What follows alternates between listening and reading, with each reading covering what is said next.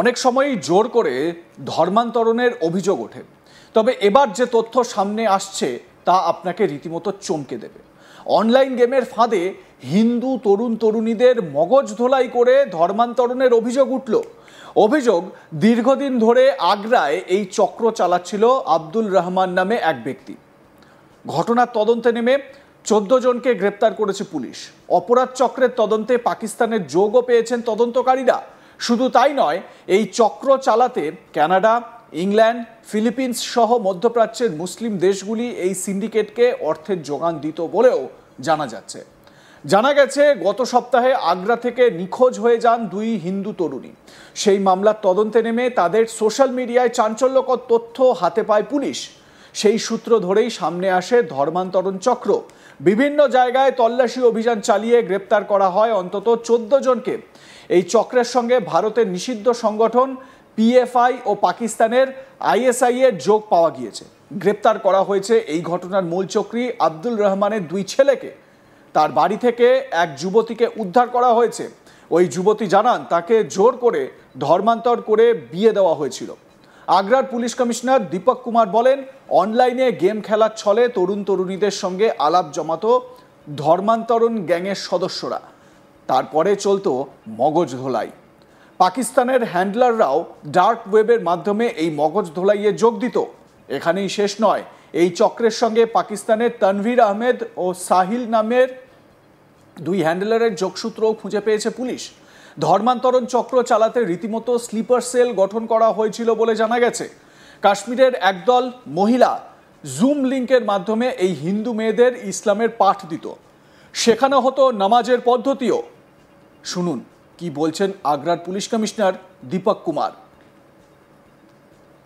आगरा जनपद के सदर थाना क्षेत्र की 2 हमारी बालिकाएं भाटिया परिवार की वो चली गई थी, जिस संबंध में उनके द्वारा पहले मिसिंग रिपोर्ट लिखाई गई।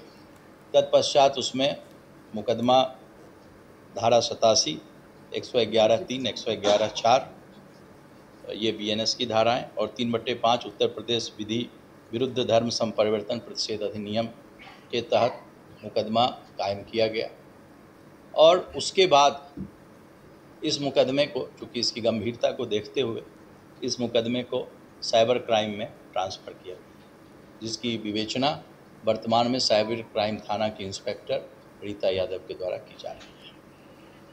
इस मामले में अभी तक पुलिस के द्वारा 14 लोगों को गिरफ्तार किया गया है, जिसमें कि आयशा उर्फ एसबी कृष्णा को गोवा से, शेखर रॉय उर्फ अली हसन कोलकाता, ओसामा कोलकाता, रहमान कुरैशी जो हमारा शहर आगरा का रहने वाला है, अबू तालिब खालापार मुजफ्फरनगर का रहने वाला, रितबानी उर्फ इब्राहिम, ये भी एक कन्वर्टी था जो कि कोलकाता का रहने वाला था, जुनैद कुरैशी जयपुर का, मुस्तफ़ा उर्फ मनोज ये दिल्ली का, मोहम्मद अली ये जयपुर का रहने वाला था, ये भी एक कन्वर्टी है, अब्दुल रहमान निवासी मुस्तफ़ाबाद ये ओरिजिनली रहने वाले फिरोजाबाद के थे, ये भी एक कन्वर्टी है, जुनैद कुरैशी निवासी मुस्तफ़ाबाद, अब्दुल्ला निवासी मुस्तफ़ाबाद ये इनके लड़के थे, अब्दुल रहीम ये मुस्तफ़ाबाद। इस प्रकार 14 लोगों को हम लोगों ने गिरफ़्तार किया।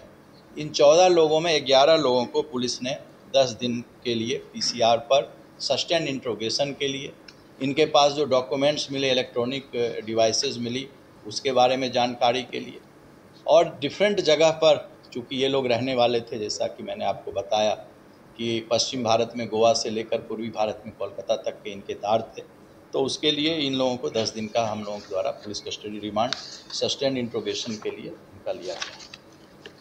ये जो ग्रुप है ये पूरी तरह से एक संगठित अपराध के रूप में यह ग्रुप कार्य कर रहा था। ऑर्गेनाइज्ड ये एक सिंडिकेट था, और इस ग्रुप का जो मुख्य संचालक था वो अब्दुल रहमान, जो कि पूर्व में रहने वाला फिरोजाबाद का था, और 1990 में यह खुद कन्वर्टेड, इसने अपना परिवर्तन किया था।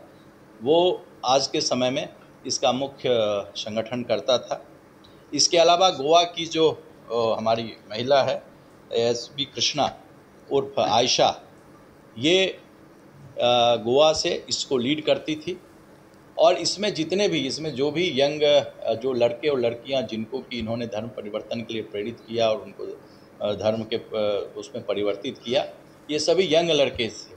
ये सब जेएनजी जिसको आजकल हम लोग कहते हैं कि नए जनरेशन के लड़के थे, और सब 14 साल 15 साल की उम्र से इसके बारे में देखना शुरू किए, और 15 साल से 26 साल के लोग इसमें थे जो कि परिवर्तित हुए, चाहे वो लड़के हों चाहे लड़कियां।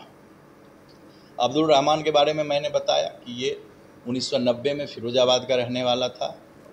फिरोजाबाद से उसने आगरा कुछ दिन काम किया, आगरा के बाद वो मुंबई चला गया, फिर वो दिल्ली आया और उसने 90 ईस्वी में धर्म परिवर्तन कर लिया था। वर्तमान समय में वो मुस्तफाबाद में रहता था। এ বিষয়ে উদ্ধার হওয়া এক যুবতী জানাচ্ছেন তিনি হরিয়ানার বাসিন্দা। পড়াশোনার জন্য তিনি বাইরে গেছিলেন। অনলাইন মার্কেটিংয়ের মাধ্যমে নিক্কি আয়েশার সঙ্গে পরিচয় হয়। তারপরেই ধীরে ধীরে ইসলামের দিকে তিনি ঝুঁকতে থাকেন। তারপর তার বিয়ে করানো হয়, ব্রেন ওয়াশ করে তাকে ইসলামে নিয়ে যাওয়া হয়, তার ধর্ম পরিবর্তন করা হয়, নাম পরিবর্তন করা হয়।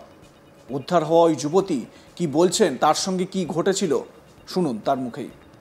मैं हरियाणा से मैं पढ़ने के लिए बाहर गई थी, तो मेरा ऑनलाइन मार्केटिंग के जरिए निक्की आयशा से मतलब ऐसा कनेक्शन बना। फिर उसने धीरे धीरे कनेक्शन से उसने मेरी मुलाकात जुनैद से ऑनलाइन कराई। फिर मैं धीरे धीरे इससे इस्लाम की तरफ आने लगी और इस्लाम फॉलो करने लगी।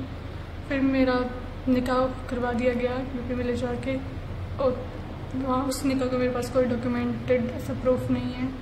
और फिर पुलिस ने ऐसे पकड़ा, यूपी पुलिस ने मेरे घर वालों को बोला तो मेरे पापा मुझे लेकर आए, और मैं ऐसे इस टाइप से बची हूँ। मैं ब्रेन वॉश की वजह से इस्लाम में आई हूँ। मैं धर्म परिवर्तन करा दिया और मेरा नाम भी चेंज कर दिया। और फिर पुलिस की मदद से मेरे पापा जब मुझे यहाँ लेकर आए तो मैं इस ट्रैप से निकल पाई। और ये लोग पैसे का भी लालच देते हैं और डराते धमकाते हैं, और पैसे का लालच देकर ही सब काम कराते हैं। इसमें आयशा, जुनैद और अब्दुल रहमान और इन सब के गैंग के लोग शामिल हैं। थैंक्स टू योगी सरकार कि मैं इस जंगल से निकल पाई, अदरवाइज ऐसा पॉसिबल नहीं होता। Commissioner of Agra police Deepak ji का भी धन्यवाद जिन्होंने मुझे रेस्क्यू करवाया। मैं हरियाणा से मैं पढ़ने के लिए बाहर गई थी, तो मेरा ऑनलाइन मार्केटिंग के जरिए निक्की आयशा से मतलब ऐसा कनेक्शन बना। फिर उसने धीरे धीरे कनेक्शन से उसने मेरी मुलाकात जुनैद से ऑनलाइन कराई। फिर मैं धीरे धीरे इससे इस्लाम की तरफ आने लगी और इस्लाम फॉलो करने लगी। फिर मेरा निकाह करवा दिया गया यूपी में ले जाके, और वहाँ उस निकाह का मेरे पास कोई डॉक्यूमेंटेड ऐसा प्रूफ नहीं है। और फिर पुलिस ने এ বিষয়ে আপনাদের মতামত জানান। দেখতে থাকুন আজ তাক বাংলা। সাবস্ক্রাইব করুন আমাদের ইউটিউব চ্যানেলটি, বেল আইকন প্রেস করুন নোটিফিকেশন পেতে।